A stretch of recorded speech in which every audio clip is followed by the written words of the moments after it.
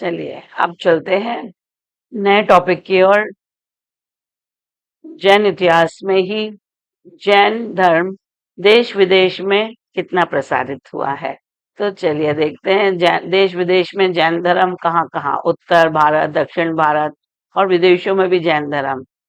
इसमें जो संरचना है उसमें प्रस्तावना, उद्देश्य। उत्तर भारत में जैन धर्म बिहार, बंगाल, उड़ीसा, उत्तर प्रदेश, मथुरा, राजस्थान, पंजाब और सिंधु सौरवीर। मध्य प्रदेश में भी सौराष्ट्र, गुजरात, बम्बई, महाराष्ट्र, नर्मदा तट।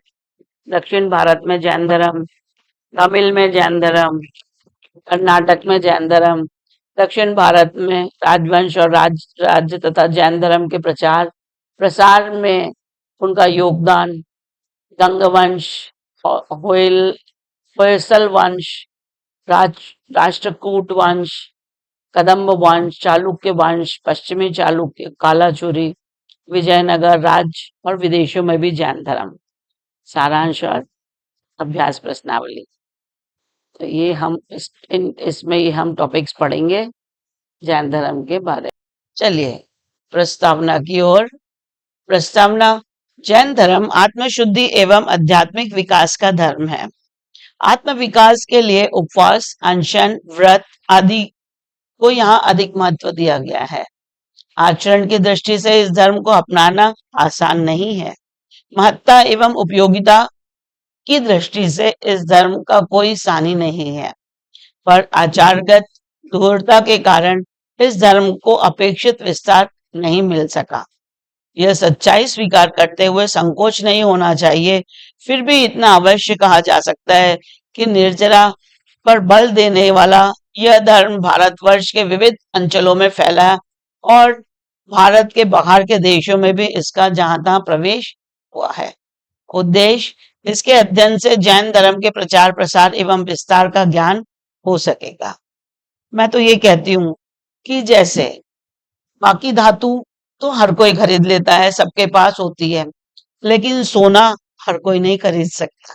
वही अफोर्ड कर सकता है जिसके पास धन संपत्ति हो, जो उसको खरीदना चाहे। रईसों की पसंद होती है ना। तो इसी तरीके से जैन धर्म भी हर एक के बस की बात नहीं है। वो कोई दिलेर होते हैं, दिलवाले होते हैं, जो इस चीज को फॉलो कर सकते हैं, उपवास कर सकते हैं, अनशन कर सकते हैं, व्रत आदि को फॉलो कर सकते हैं, तो वही जैन धर्म को अपना सकते हैं और उसकी प्रचार प्रसार में आगे बढ़ सकते हैं।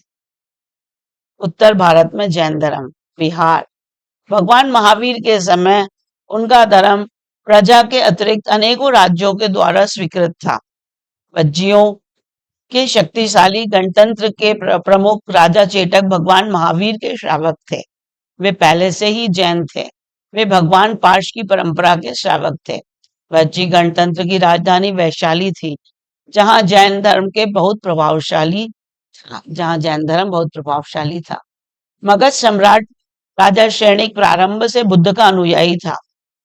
अनाथी मुनि के संपर्क में आने के पश्चात वह निर्गुण धर्म का अनुयायी हो गया। इसका विशद वर्णन उत्तराध्ययन के 20वें अध्ययन में है। श्रेणिक की रानी चेलना चेटक की पुत्री थी। यह श्रेणिक को निर्गंथ धर्म का अनुयायी बनाने का सतत प्रयत्न करती रही और अंत में उसका प्रयत्न सफल हो गया। मगध में भी जैन धर्म प्रभावशाली था। श्रेणिक का पुत्र कुणिक भी जैन था।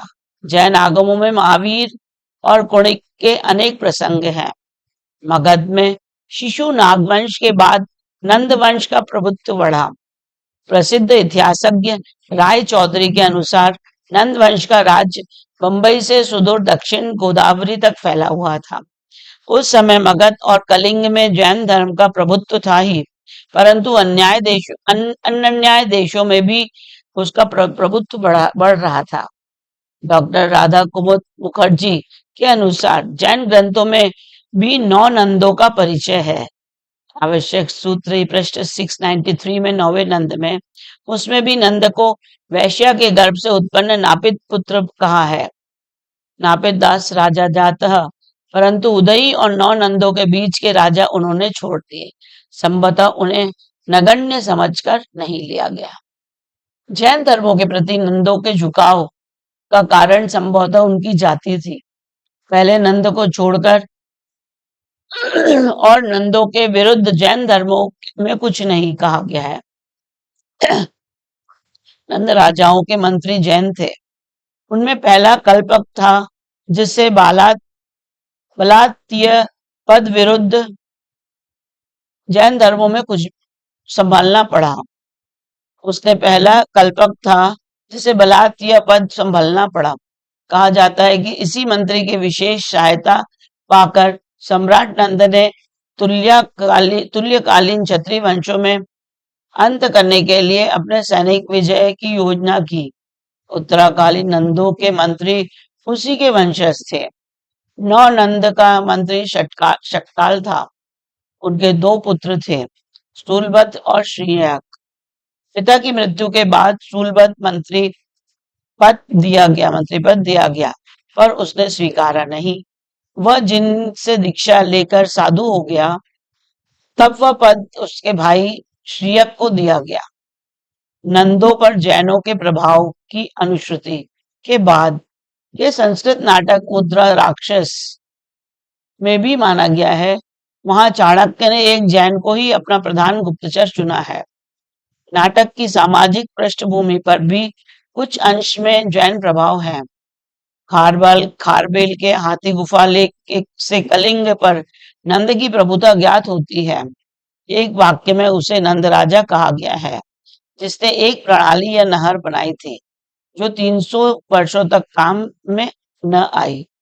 तब अपने राज्य के 5वें वर्ष में खारबेल ने उसे अपने नगर लाया।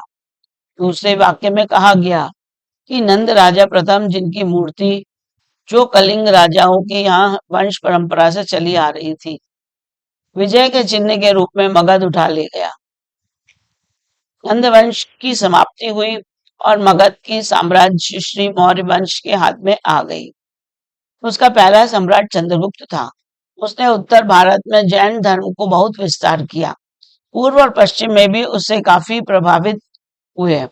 सम्राट चंद्रगुप्त अपने अंतिम जीवन में मुनि बने और श्रुतकेवली भद्रबाहु के साथ दक्षिण में गए।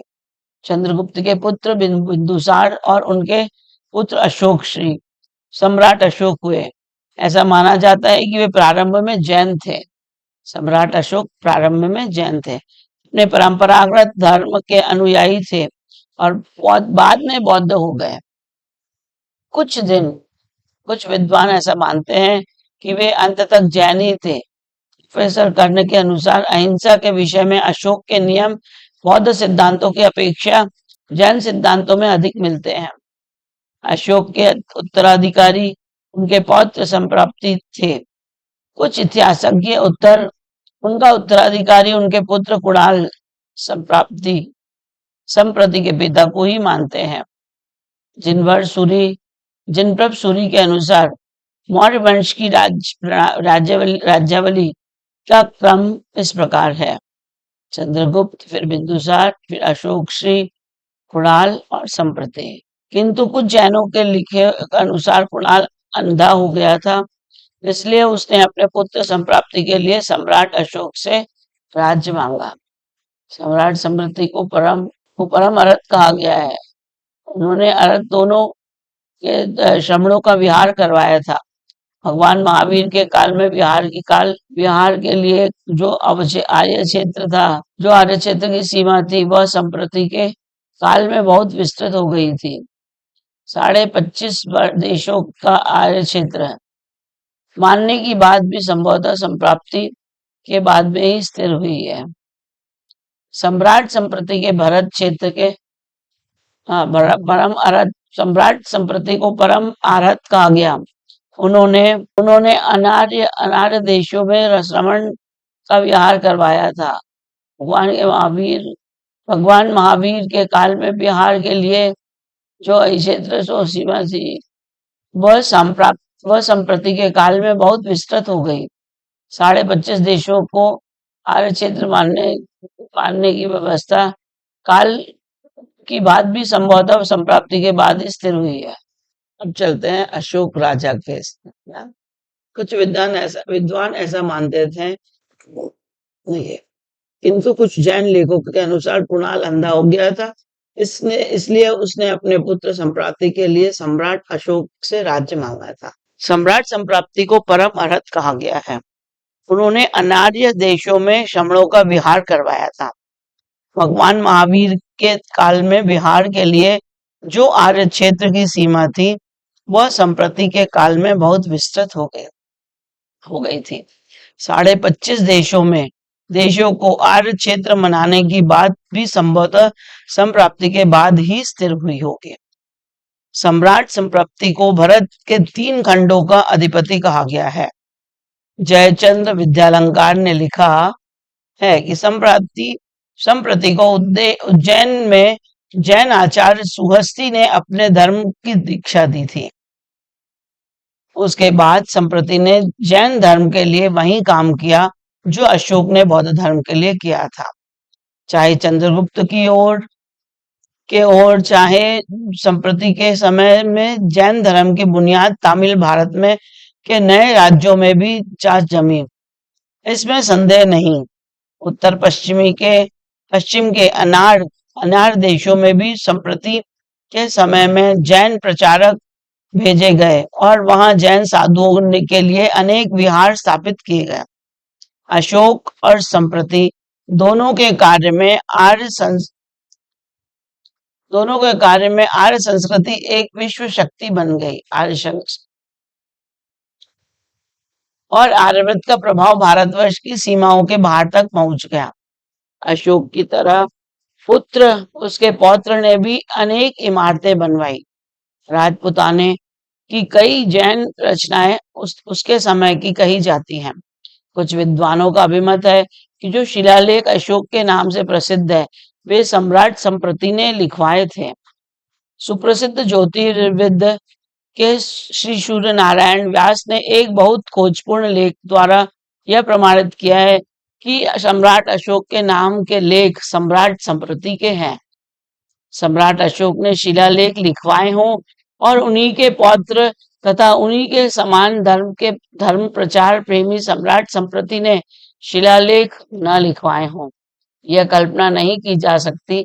एक बार फिर सूक्ष्म दृष्टि से अध्ययन करने की आवश्यकता है कि अशोक के नाम से प्रसिद्ध शिलालेख में कितने अशोक के हैं और कितने संप्रति के।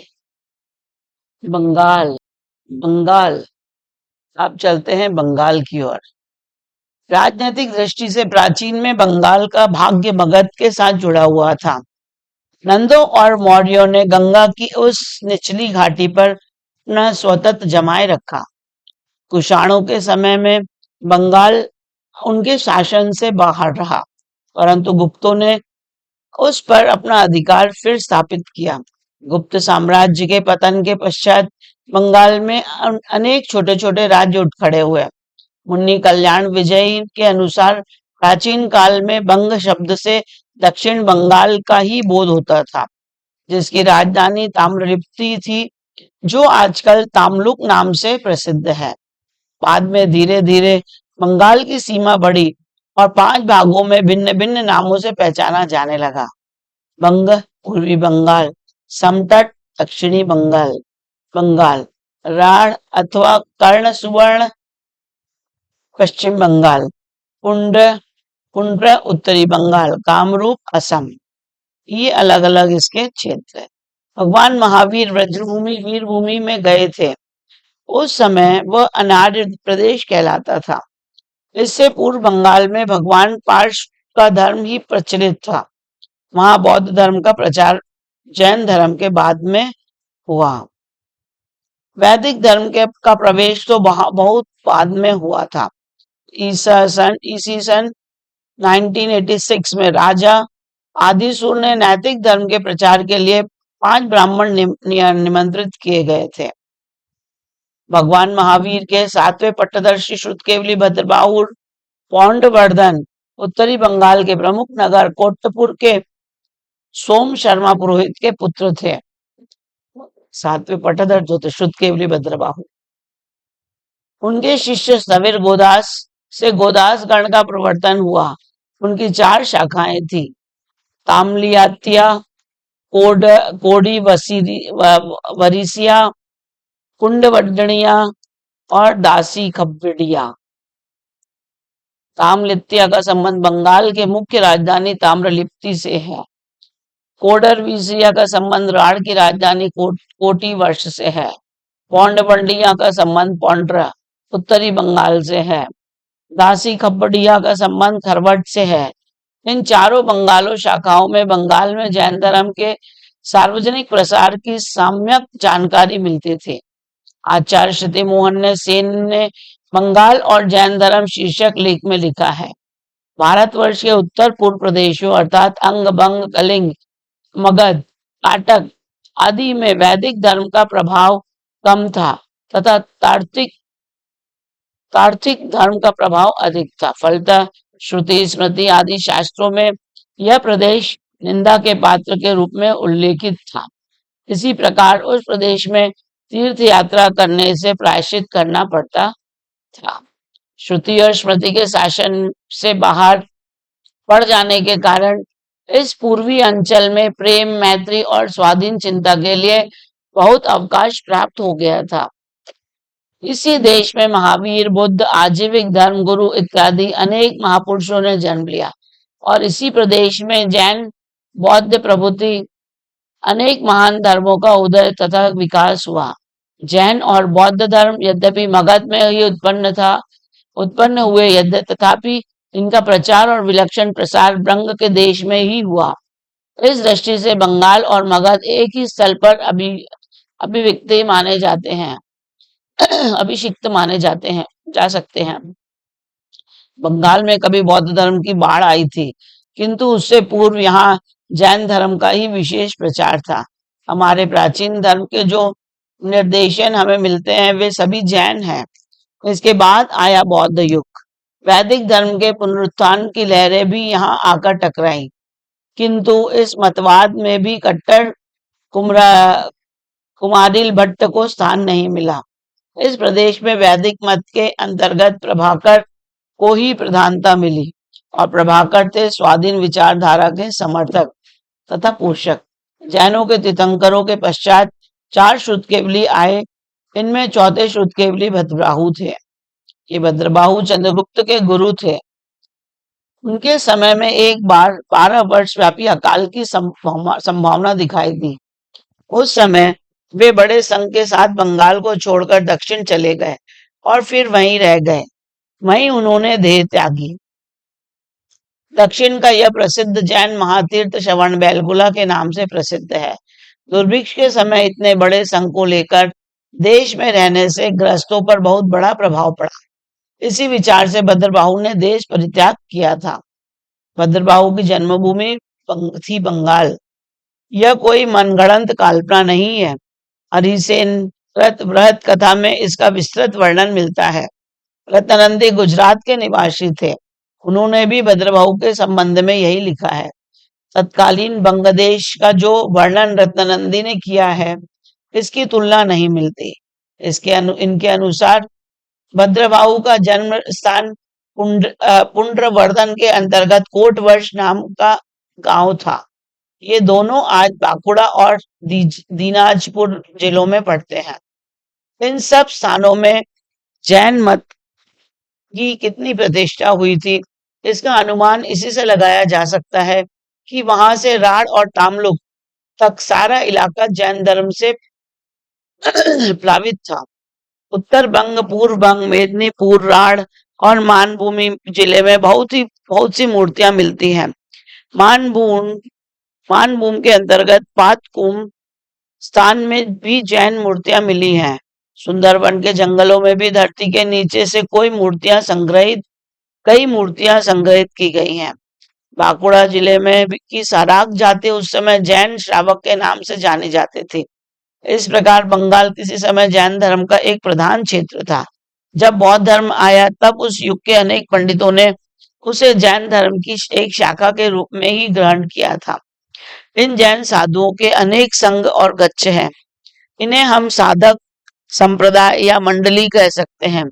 बंगाल में इस प्रकार की अनेक मंडलियां थी। पुंड्रवर्धन और कोटिवर्ष एक दूसरे के निकट ही है। किंतु वहां कुंडवर्धनी और कोटवर्षी नाम की दो शाखाएं प्रचलित थी।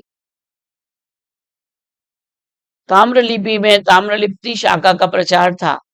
खरबट भूभाग में खरबटिया शाखा का प्रचार था। इस प्रकार और भी बहुत सी शाखाएं पल्लवित हुई थी, जिनके आधार पर हम कह सकते हैं कि बंगाल जैनों के एक प्राचीन भूमि है। यहीं जैनों के प्रथम शास्त्र रचयिता भद्रबाहु का उदय हुआ था। यहाँ की धरती के नीचे अनेक जैन मूर्तियां छुपी हैं और धरती के ऊपर अनेक जैन धर्मावलंबी आज भी निवास करते हैं। उड़ीसा, चलते हैं हम उड़ीसा की ओर। उड़ीसा ईसा पूर्व दूसरी शताब्दी में उड़ीसा में जैन धर्म बहुत प्रभावशाली था। सम्राट खारबेल का उदयगिरी पर्वत पर हाथी गुम्फा का शिलालेख इसका स्वयं प्रमाण है।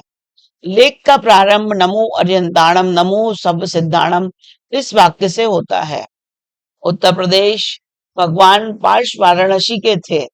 काशी और कौशल ये दो राज्यों अनेक धर्मोपदेश से बहुत प्रभावित थे। वाराणसी का अलक्ष्य राजा भी भगवान महावीर के पास प्रवर्जित हुआ था। उत्तरार्धन में प्रवर्जित होने वाले राजाओं की सूची में काशी राज के प्रवराज होने का उल्लेख है, किंतु उनका नाम यहाँ प्राप्त नहीं है। स्थानांग में भगवान महावीर के पास प्रवचित 8 राजाओं के नाम है। वीरांगक, वीरयशा, संजय, एणयक, प्रदेशी का सामंत राजा, से आत्मकश्या का स्वामी, शिव हस्तिनापुर का राजा, उद्रायण सिंधु सौरवीर का राजा, शंख काशीवर्धन। इसमें शंख को काशी का बढ़ाने वाला कहा। संभव है उत्तराध्ययन में यही काशीराज के नाम से उल्लेखित है। विपाक के अनुसार काशीराज अलग भगवान महावीर के पास प्रज्वलित हुए थे। संभव है ये सब एक ही व्यक्ति के अनेक नाम हो। इस प्रकार और भी अनेक राजा भगवान महावीर के पास प्रज्वलित हुए। भगवान महावीर के बाद मथुरा जैन धर्म का प्रमुख अंग बन गया। अब चलते हैं मथुरा की ओर। डॉक्टर राधा कुमुद मुखर्जी ने उज्जैन के बाद जैन धर्म का दूसरा केंद्र मथुरा को माना है। उन्होंने लिखा है, जैनों का दूसरा केंद्र मथुरा में बन रहा था, जहां बहुसंख्यक अभिलेख मिले हैं और फूलते फलते जैन संघ के अस्तित्व का प्रमाण मिलता है। इस संघ में भगवान महावीर और उनके पूर्ववर्ती जिनों की मूर्तियां और चैत्यों की स्थापना दान द्वारा की गई थी। उनसे यह भी ज्ञात होता है कि मथुरा संघ स्पष्ट रूप से श्वेतांबर था और छोटे मोटे गण कुल और शाखाओं में बटा हुआ था। इनमें सबसे पुराना लेख कनिष्क के 9वें वर्ष लगभग 87 ईसी का है और इसमें कोटिक गण के आचार्य नागनंदी की प्रेरणा से जैन उपासिका विक्ता द्वारा मूर्ति की प्रतिष्ठा का उल्लेख है।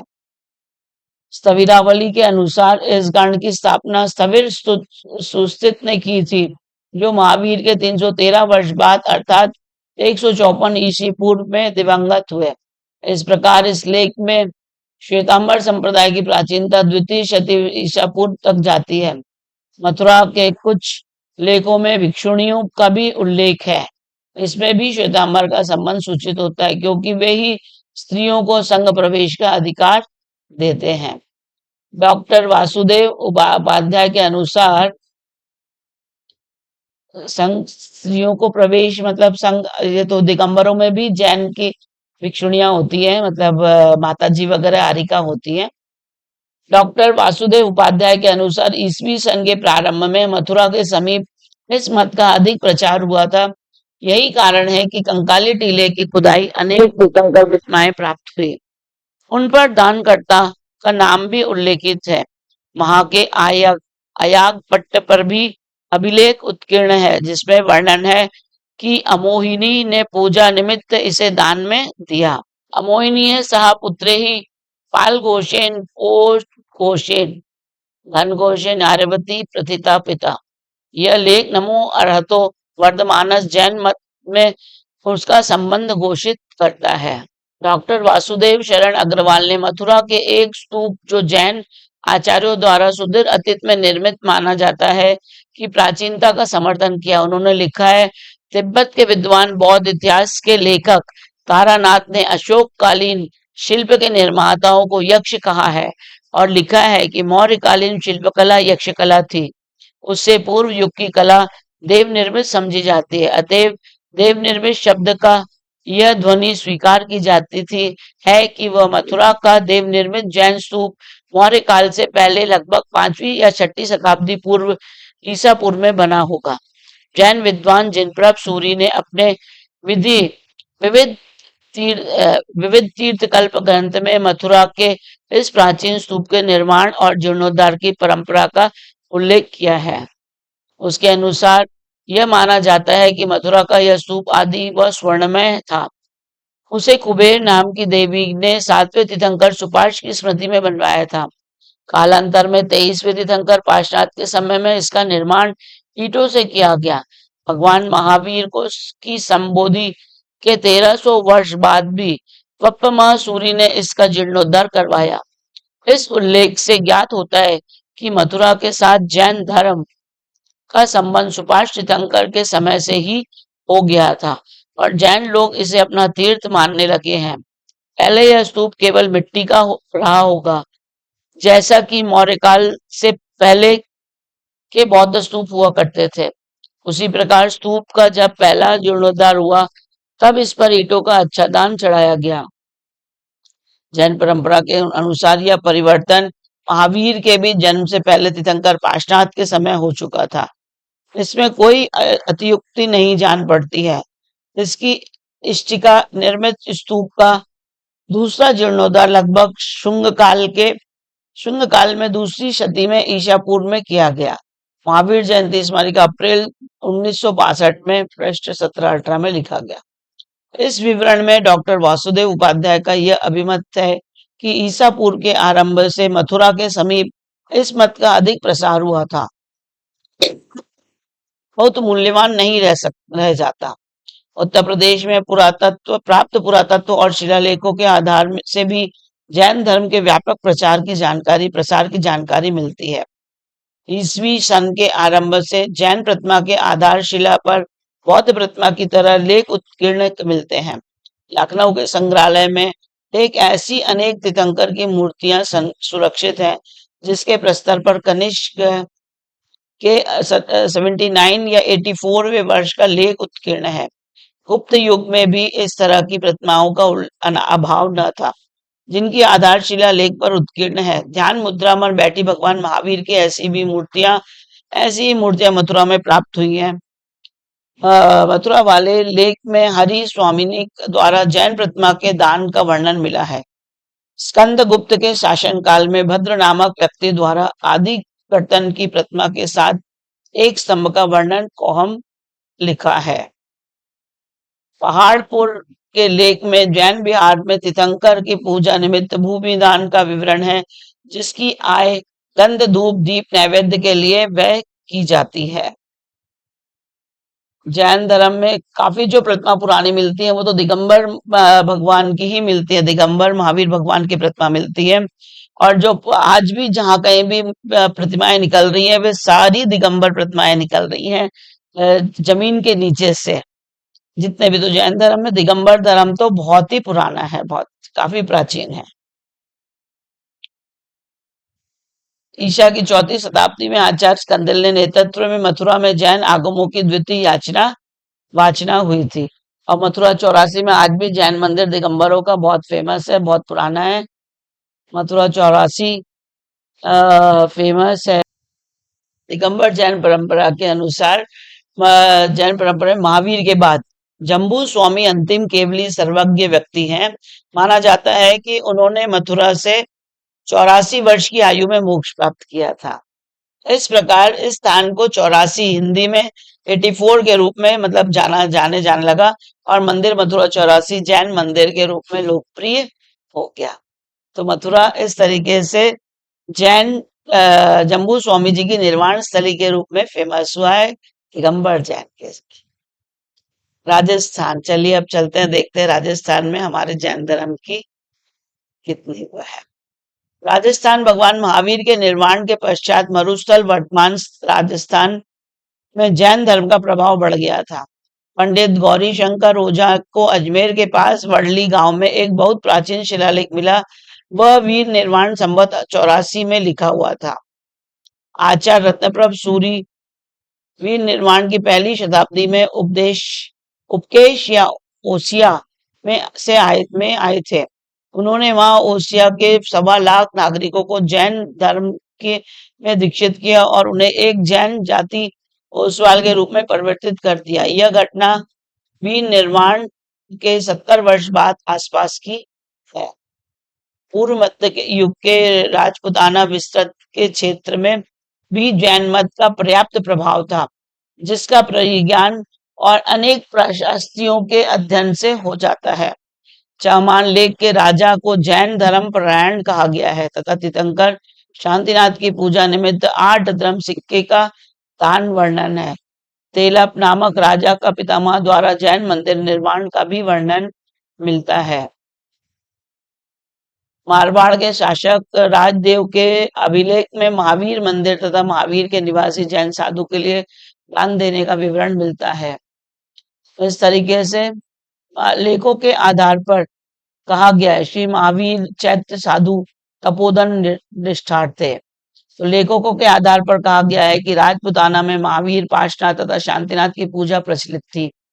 परमार लेख में ऋषभनाथ की पूजा का उल्लेख मिलता है और मंदिर को अति सुंदर तथा पृथ्वी का भूषण बतलाया गया है।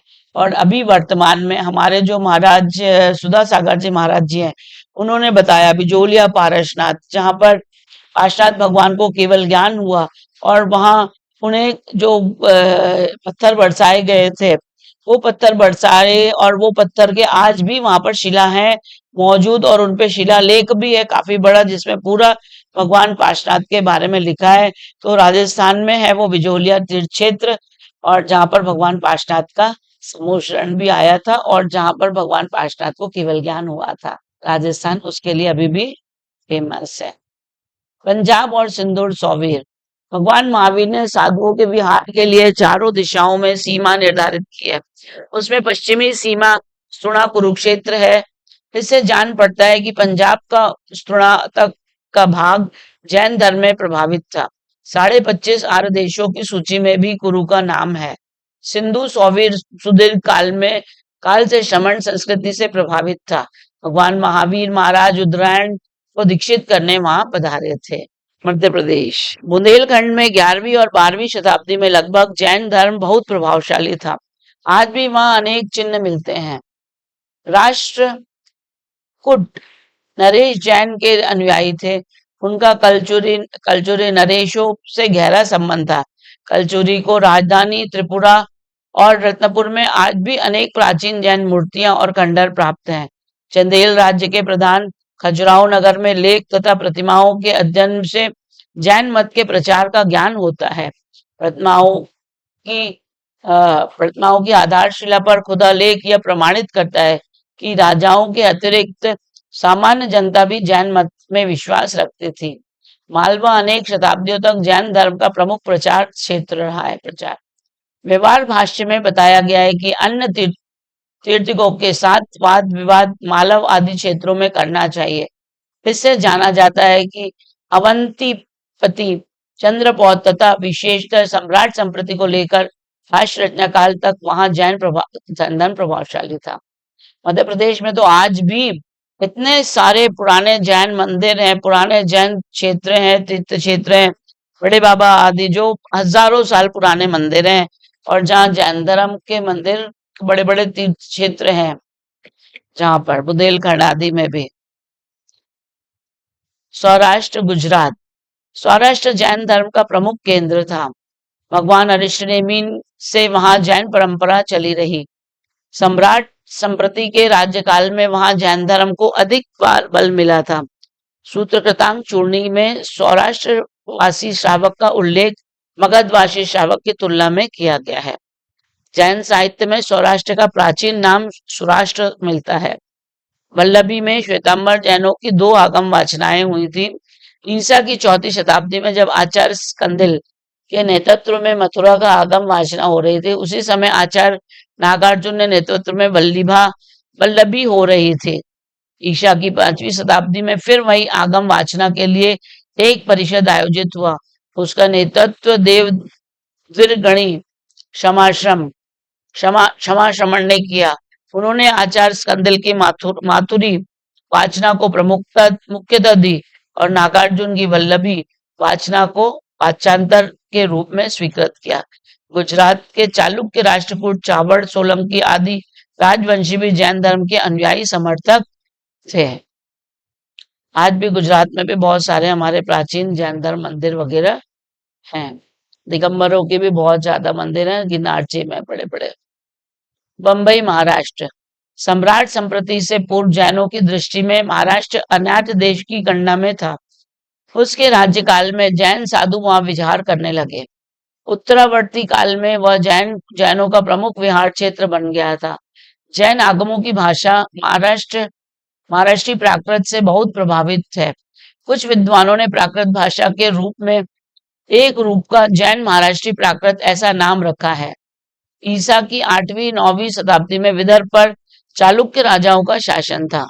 10वीं शताब्दी में वहां राष्ट्रकूट राजाओं का शासन था। ये दोनों राजवंश जैन धर्म के पोषक थे। उनके शासन काल में वहां जैन धर्म खूब फला फूला। महाराष्ट्र में आज भी जैन धर्म बहुत है। वहां पर मांगी तुंगी जैसे बड़े तीर्थ है जहाँ पे राम बलि सुग्रीव काफी मुनि महाराज वहां से करोड़ों मुनि महाराज वहां से मोक्ष गए। कचपंथा जी आदि महाराष्ट्र में बड़े बड़े क्षेत्र हैं जहाँ से कई मुनि महाराज मोक्ष गए हैं और ये कई हजारों वर्ष पूर्व गए हैं। तो वहां भी महाराष्ट्र में बहुत ज्यादा धर्म की जहाँ जैन दिगंबर जैन मंदिर बहुत सुंदर बड़े बड़े बने हैं वहां पर भी। नर्मदा तट पर जैन धर्म के अस्तित्व के उल्लेख पुराणों में मिलते हैं। वैदिक कार्यों में पराजित होकर जैन धर्म के उपासक असुर लोग नर्मदा के तट पर रहने लगे। कुछ काल के बाद उत्तर भारत में फैल गए। हैय वंश की उत्पत्ति नर्मदा तट पर स्थित महिष्मति के राजा कार्तवीर्य से मानी जाती है। भगवान महावीर का श्रमणोपासक चेटक हैय वंश का ही था। इस तरह हम देखते हैं कि बंगाल से लेकर सौराष्ट्र और सिंधु सौवीर तक क्रमशः जैन धर्म का प्रसार हो गया था। दक्षिण भारत में जैन धर्म। उत्तर भारत में जैन धर्म की स्थिति का दर्शन कर लेने के पश्चात हम दक्षिण भारत में जैन धर्म का प्रसार पर दृष्टिपात करते हैं। चंद्रगुप्त मौर्य के समय में उत्तर भारत में 12 वर्षों का भयंकर दुर्भिक्ष पड़ने पर जैनाचार्य भद्रबाहु ने अपने विशाल जैन संघ के साथ दक्षिण भारत की ओर प्रयाण किया था। इससे स्पष्ट है कि दक्षिण भारत में उस समय भी जैन धर्म का अच्छा प्रसार था और भद्रबाहु को पूर्ण विश्वास था कि वहां उनके संघ को किसी प्रकार का कष्ट नहीं होगा। यदि ऐसा न होता तो वो इतने बड़े संघ को दक्षिण की ओर ले जाने का साहस न करते। जैन संघ की इसी यात्रा से दक्षिण भारत में जैन धर्म की ओर भी अधिक फलने और फूलने का अवसर मिला। शमन संस्कृति वैदिक संस्कृति से सदा उदार रही है। उसमें भाषा और अधिकार का वैसा बंधन नहीं रहा जैसा वैदिक संस्कृति में पाया जाता है। जैन तीर्थंकरों में सदा लोक भाषा को अपने उपदेश का माध्यम बनाया। जैन साधु जैन धर्म के चलते फिरते प्रचारक होते हैं।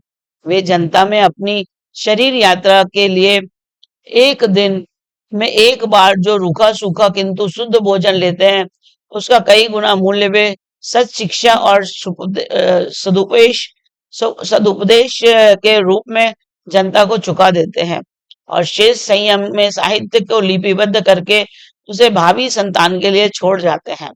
ऐसे कर्मठ और जनहित में रत साधुओं का समागम जिस देश में हो उस देश में उनके प्रचार का कुछ प्रभाव न हो, यह संभव नहीं। फलतः उत्तर भारत के जैन संघ की दक्षिण यात्रा में दक्षिण भारत के जीवन में एक क्रांति पैदा करती थी। उसका साहित्य खूब समृद्ध हुआ और वह तथा जैन संस्कृति का संरक्षक और संवर्धक बन गया। तमिल में जैन धर्म। जैन प्रसार की दृष्टि में दक्षिण भारत को दो भागों में बांटा जा सकता है, तमिल तथा कर्नाटक। तमिल प्रांत में चोल और पांड्य नरेशों ने जैन धर्म को अच्छा आश्रय दिया। खारबेल की शिलालेख से पता चलता है कि सम्राट खारबेल ने राज्याभिषेक के अवसर पर पांड्य नरेश ने कई जहाज उपहार भरकर भेजे थे।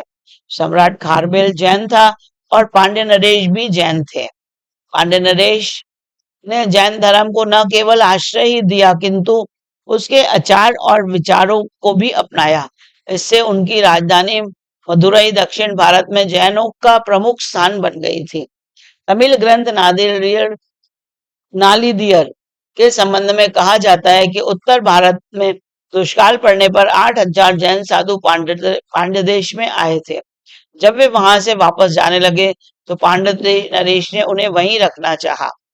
तब उन्होंने एक रात्रि में पांड्य नरेश की राजधानी को छोड़ दिया, किंतु चलते समय प्रत्येक साधु ने एक एक ताड़पत्र पर एक एक पद्य लिखकर रख दिया। इन्हीं के समुदाय ने नालिदियर ग्रंथ बना। जैनाचार्य पूज्यपाद के शिष्य वज्रनंदी ने पांड्यों की राजधानी मदुरई में एक विशाल जैन संघ की स्थापना की थी। तमिल साहित्य के कुरल नाम का नीति ग्रंथ सबसे बढ़कर माना जाता है। यह तमिल वेद कहलाता है। इसके रचयिता भी एक जैनाचार्य कहे जाते हैं, जिनका एक नाम कुंद भी था। पल्लव वंशी शिव स्कंद वर्मा महाराज उनके शिष्य थे। ईसा की 10वीं शताब्दी तक राज्य करने वाले महाप्रतापी पल्लव राजा भी जैनों पर कृपा दृष्टि रखते थे। इनकी राजधानी कांची सभी धर्मों का स्थान थी। चीनी यात्री हुएन सांग 7वीं शताब्दी में कांची आया था। उसने इस नगरी के फलते फूलते हुए जिन धर्मों को देखा उसमें वह जैन का नाम भी लेता है। इससे भी यह बात प्रमाणित होती है कि उस समय कांची जैनों का प्रमुख स्थान था। यहाँ जैन राजवंशों ने बहुत वर्षों तक राज्य किया।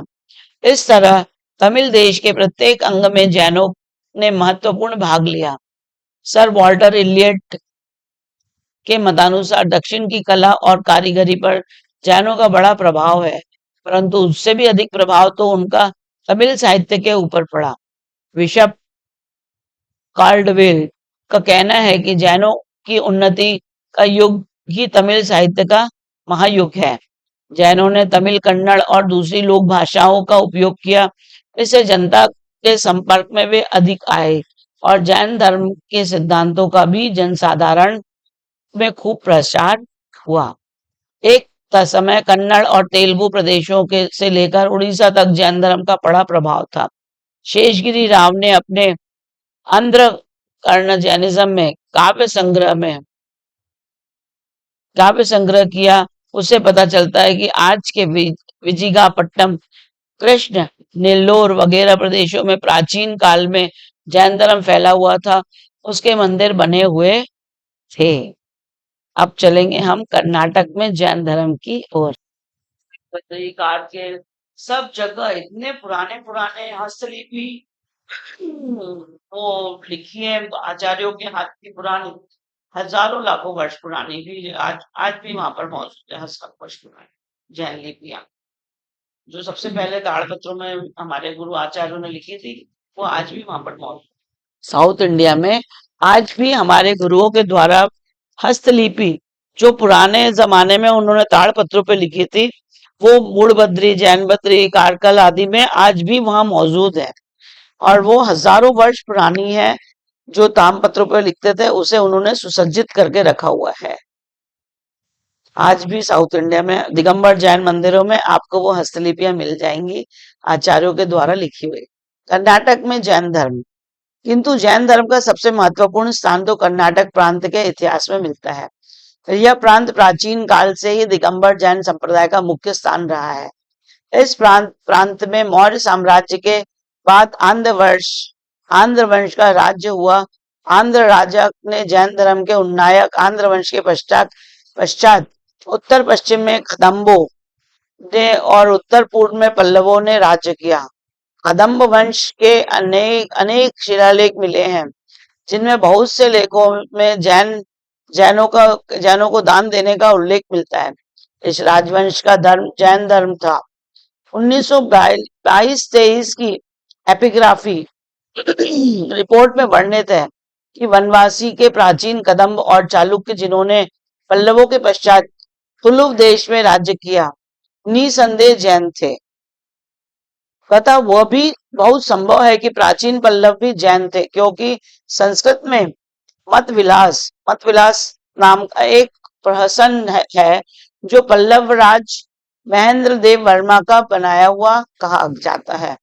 इस ग्रंथ में उस समय के प्रचलित संप्रदाय की हंसी उड़ाई गई है, जिसमें पाशुपात, कापलिक और एक बौद्ध भिक्षु को हंसी का पात्र बनाया गया है। इसमें जैनों को सम्मिलित नहीं किया गया है। इससे पता चलता है कि जिस समय महेंद्र वर्मा ने इस ग्रंथ को रचा, उस समय तथा जैन तथा पीछे के शैव हो गया, क्योंकि शैव परंपरा में ऐसी ख्याति है कि शैव साधु ने महेंद्र वर्मा को शैव बनाया था। अतः कदम्बों की तरह चालुक्य भी जैन धर्म के प्रमुख आश्रयदाता थे। चालुक्य ने अनेक जैन मंदिर बनवाए, उनका जीर्णोद्धार करवाया, उन्हें दान दिया और कन्नड़ के प्रसिद्ध जैन कवि आदि पंप जैसे कवियों का सम्मान किया। इसके सिवा इतिहास में भी यह पता चलता है कि कर्नाटक में महिलाओं ने भी जैन धर्म के प्रचार प्रसार में भाग लिया है। इन महिलाओं ने जहाँ राजघराने की महिलाएं स्मरणीय है, वहां साधारण घराने की स्त्रियां भी सेवाएं में उल्लेखनीय हैं। सबसे प्रथम परमगुल की पत्नी कंदाच का नाम उल्लेखनीय है। उसने श्रीपुर नामक राजस्थान के उत्तरी भाग में एक जैन मंदिर बनवाया। परमगुल का प्रार्थना पर गंगनप्रति शिव पुरुष ने इस मंदिर को एक ग्राम तथा कुछ अन्य भूभाग प्रदान किए थे।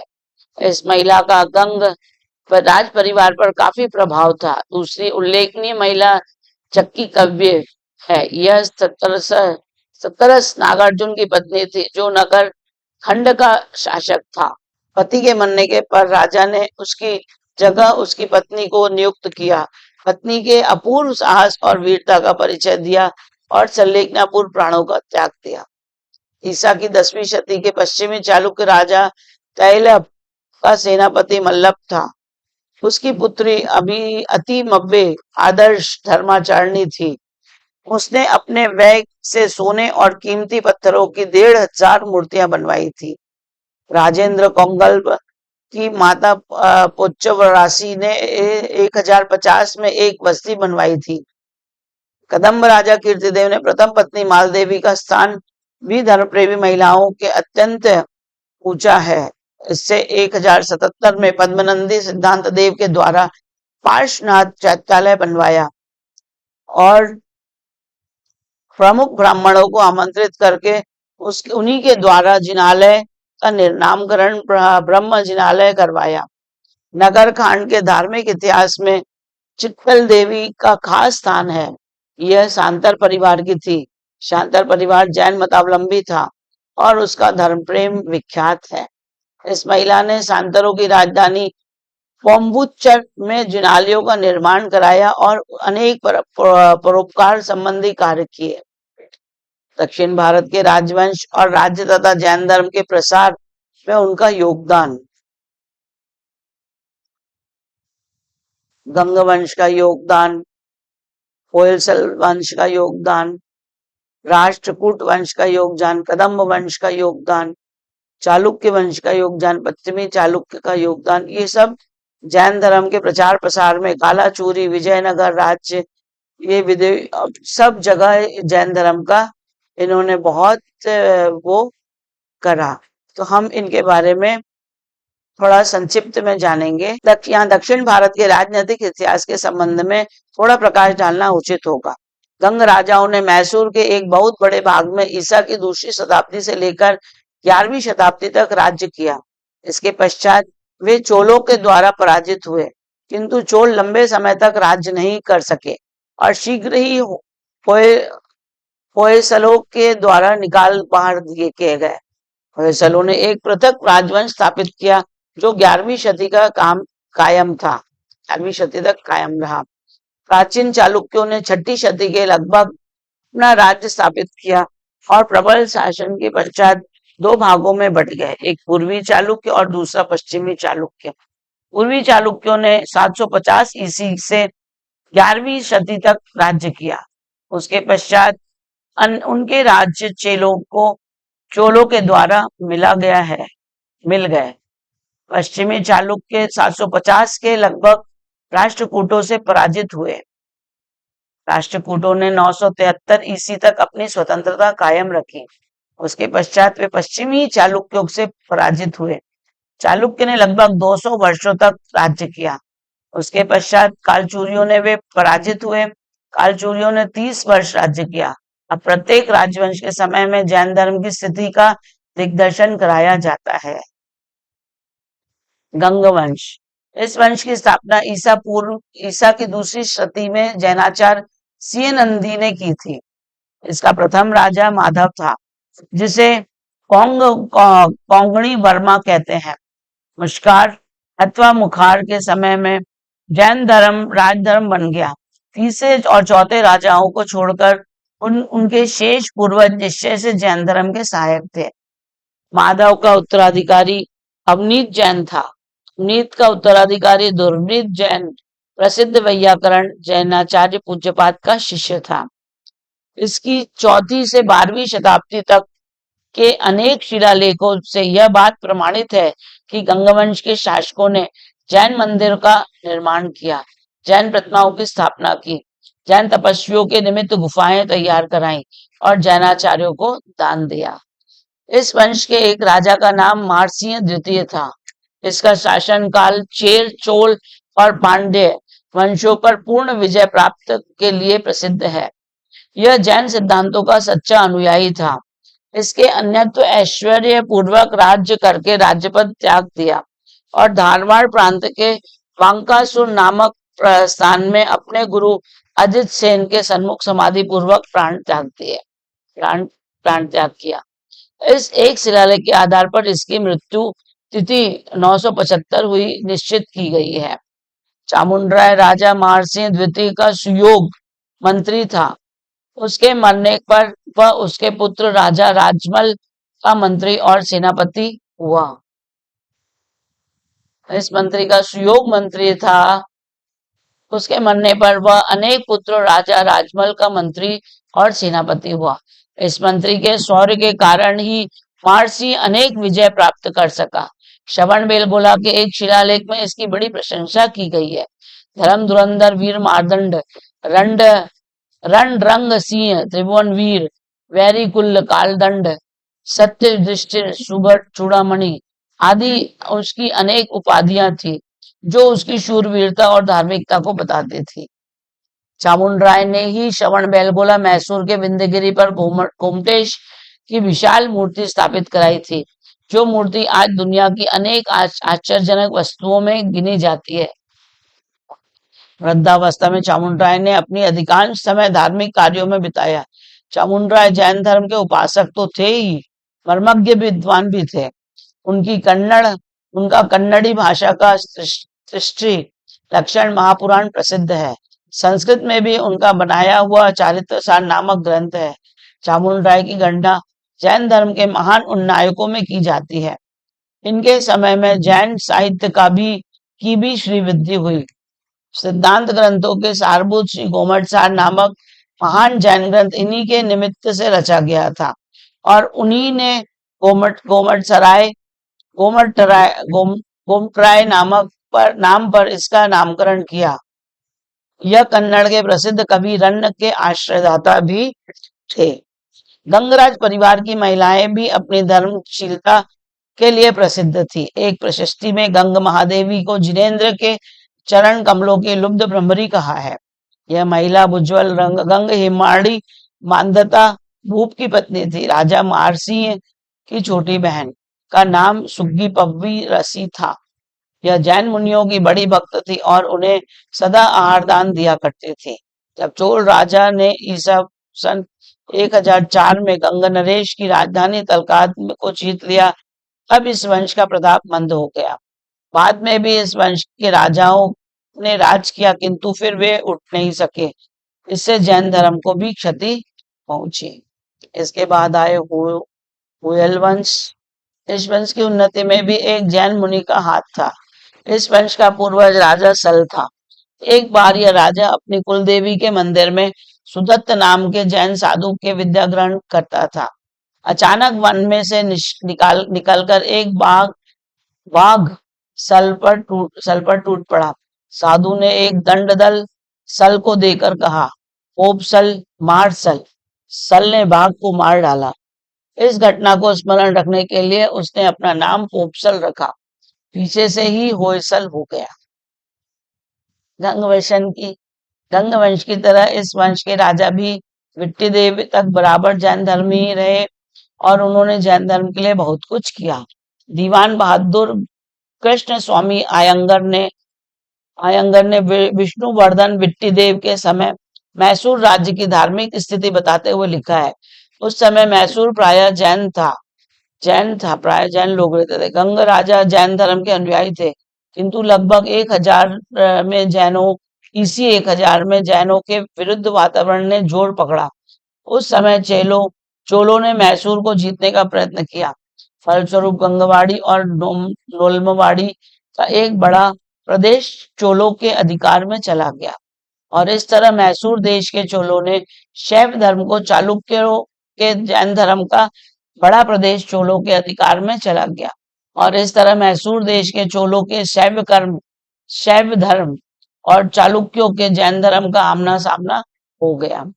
जब विष्णुवर्धन ने मैसूर की राजनीति में भाग लिया, उस समय मैसूर की धार्मिक स्थिति अनिश्चित थी। यद्यपि जैन धर्म प्रबल स्थिति में था, फिर भी शैव धर्म को वैष्णव धर्म के अनुयायी भी थे।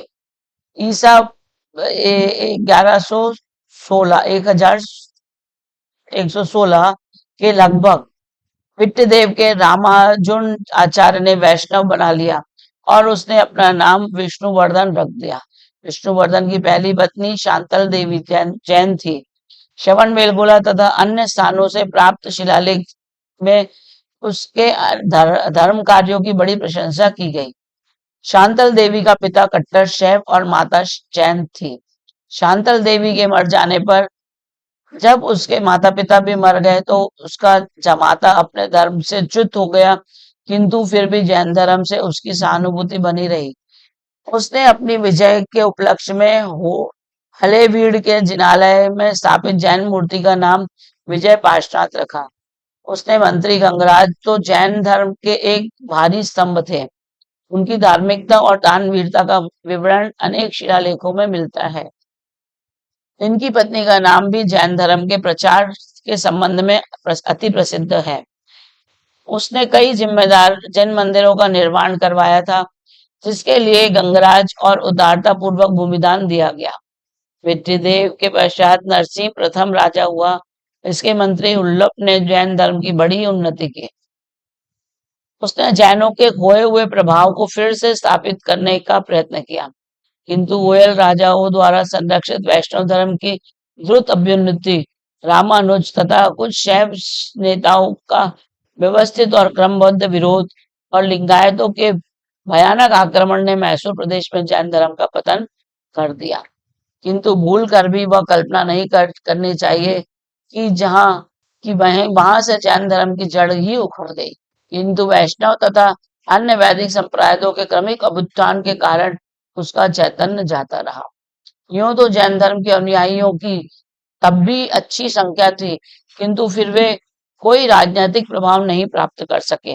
बाद में मैसूर राजाओं ने जैनों को कोई कष्ट नहीं दिया। इतना ही नहीं, किंतु उनकी सहायता भी की। मुस्लिम शासक हैदर नायक तक ने भी जैन मंदिरों को गांव प्रदान किए थे। यद्यपि उसने श्रवण बेलगोला तक तथा अन्य प्रदेशों के महोत्सव बंद कर दिए थे। अब चलते हैं राष्ट्रकूट वंश की ओर। राष्ट्रकूट वंश, राष्ट्रकूट राजा अपने समय के बड़े प्रतापी राजा थे। उनके आश्रय से जैन धर्म का अच्छा अभ्युत्थान हुआ। इनकी राजधानी पहले नासिक के पास में थी, पीछे मान्यखेड़ को इन्होंने अपनी राजधानी बनाया।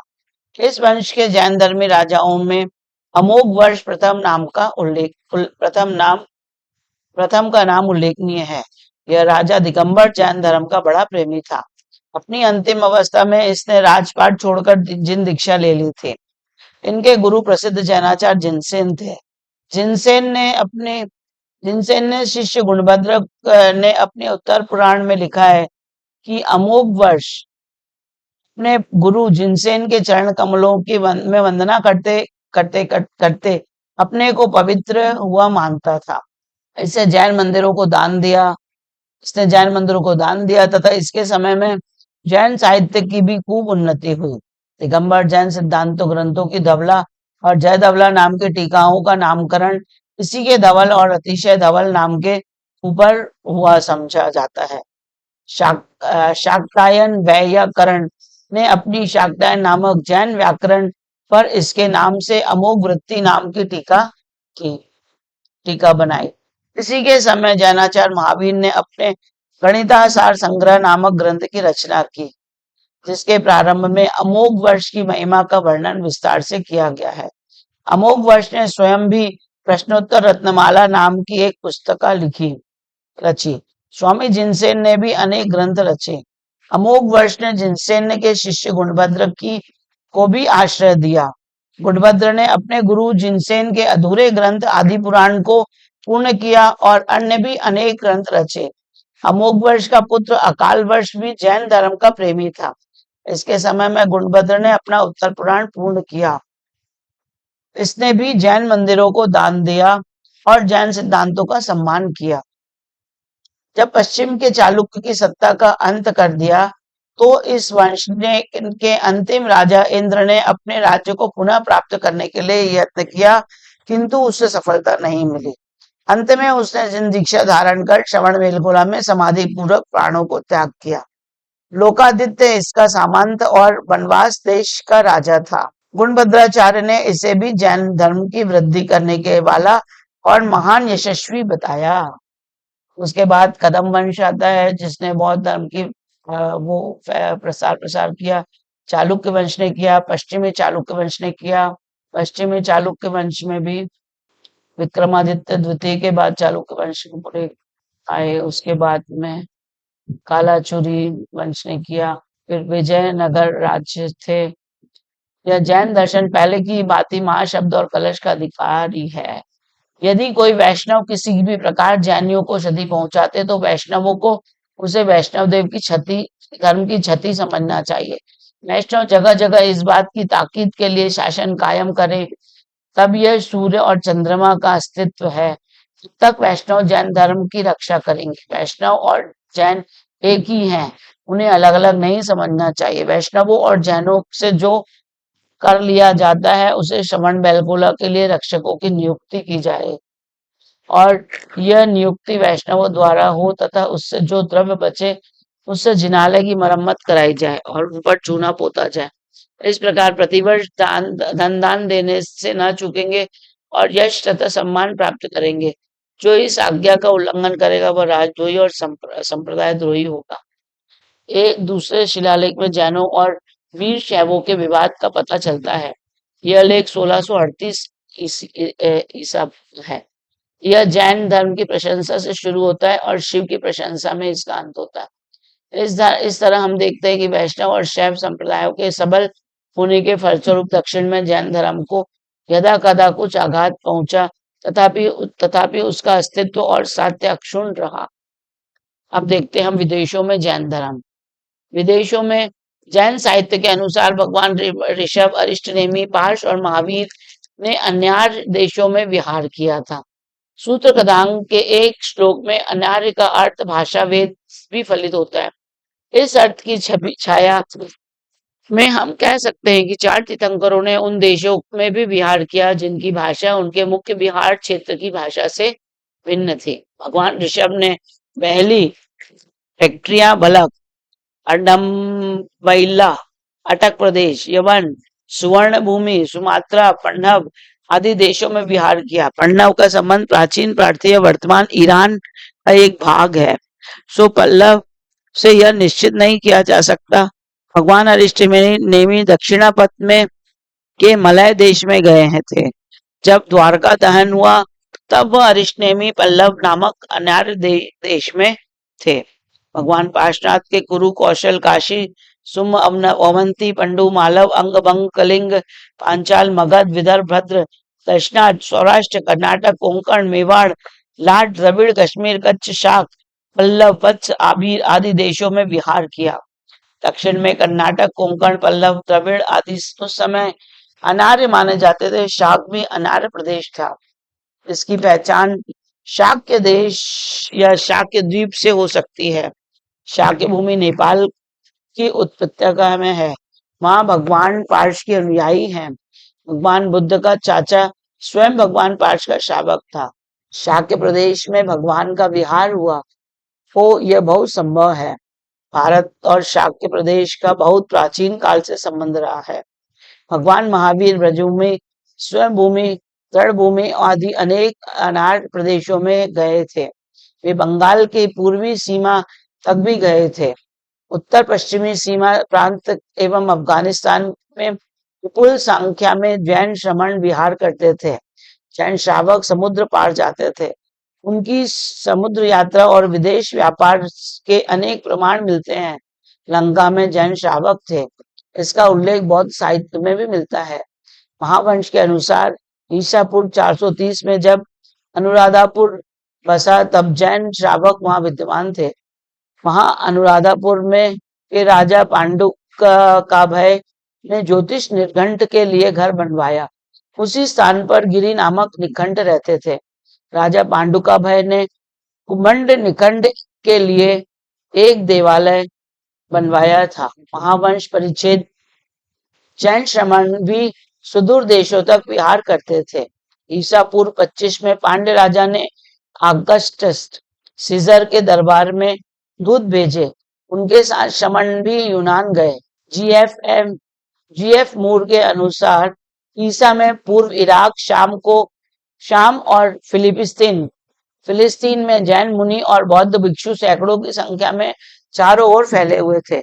पश्चिमी एशिया, मिस्र, यूनान और इथोपिया के पहाड़ों और जंगलों में उन अनगिनत भारतीय साधु रहते थे जो अपने त्याग और अपनी विद्या के लिए प्रसिद्ध थे। वे साधु वस्त्रों तक का परित्याग किए हुए थे। कुमचंद अभिनंदन ग्रंथ पृष्ठ 374 में मिलता है लिखा हुआ। इस्लाम धर्म के कलंदरी तबके पर जैन धर्म का काफी प्रभाव पड़ा। कलंदर 4 नियमों का पालन करते थे: साधुता, शुद्धता, सत्यता और दरिद्रता। वे अहिंसक पर अखंड विश्वास रखते थे। यूनानी लेखक मिस्र, अबिसिनिया, इथोपिया में दिगंबर मुनियों का अस्तित्व बताते हैं। एशियाटिक रिसेंज भाग 3 पृष्ठ 6 आर्द्र देश का राजकुमार आर्द्र भगवान महावीर के संग में प्रवजित हुआ था। अब्रिस्तान के दक्षिण में अदन बंदर वाले प्रदेश को आर्द्र देश कहा जाता है। कुछ विद्वान इटली के एड्रियाटिक समुद्र के किनारे वाले प्रदेश को आर्द्र देश मानते हैं। बेबीलोनिया में जैन धर्म का प्रचार बौद्ध धर्म का प्रचार होने से पहले ही हो चुका था। इसकी सूचना बाबेरू जातक से मिलती है। इब्न नजीम के अनुसार अरबों के शासनकाल में यहिया इब्न खालिद बरमकी ने खलीफा के दरबार और भारत के साथ अत्यंत गहरा संबंध स्थापित किया। उसने बड़े अध्यय व्यवसाय और आदर के साथ भारत के हिंदू, बौद्ध और जैन सिद्धांतों को निमंत्रित किया। हुकुमचंद अभिनंदन ग्रंथ पृष्ठ 375 में। सारांश इस प्रकार मध्य एशिया में जैन धर्म या श्रमण संस्कृति का काफी प्रभाव रहा था। उससे वहां के धर्म प्रभावित हुए थे। वाक्रेमर के अनुसार मध्य पूर्व में प्रचलित सामान्य संप्रदाय श्रमण शब्द का अपभ्रंश है। श्री विशंभरनाथ पांडे ने लिखा है, इन साधुओं के त्याग का प्रभाव यहूदी धर्मावलंबियों पर विशेष रूप से पड़ा। इन आदर्शों का पालन करने वाले यहूदियों में एक खास जमात बन गई जो अस्सिनी कहलाती थी।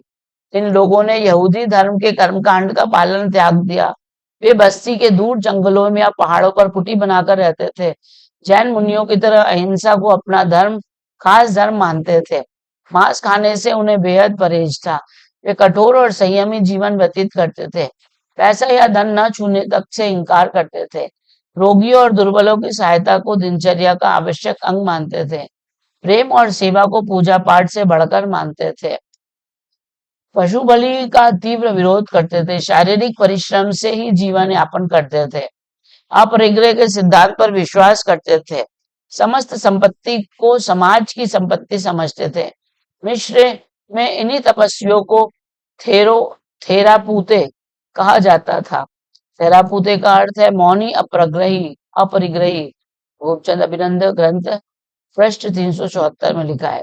कालकाचार्य सुवर्ण भूमि सुमात्रा में गए थे। उनके शिष्य श्रमण सागर अपने गण सहित वहां पहले भी विद्यमान थे। उत्तराखंड नियुक्त गाथा 120 में लिखा है। कौच द्वीप, सिंहदौल द्वीप, लंका, हंस द्वीप में भगवान सुमतिनाथ की पादुकाएं थी। पारकर देश और कासद में भगवान ऋषभदेव की प्रतिमा थी। ऊपर के संक्षिप्त विवरण में हम इस निष्कर्ष पर पहुंच सकते हैं कि जैन धर्म का प्रसार हिंदुस्तान के बाहर के देशों में भी हुआ। उत्तरावर्ती श्रमणों की अपेक्षा वह अनन्याय परिस्थितियों के कारण वह स्थायी नहीं रह सका। चलिए आज के लिए इतना ही। कल फिर स्टार्ट करेंगे जैन संस्कृति की विशेषताएं। जय जिनेन्द्र सभी को, जय जिनेन्द्र। कल मिलेंगे फिर।